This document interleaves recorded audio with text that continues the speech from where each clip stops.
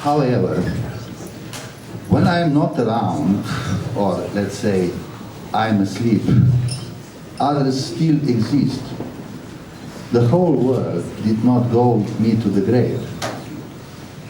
Such a conceptualized principle, even nothing comes out of it.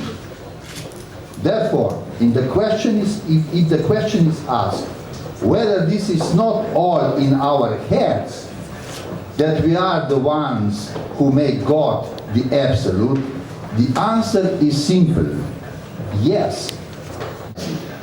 In a view of the introduction of that hopeless absolute, it thus provides validity to that judgment, something which does not belong to it, but is in it,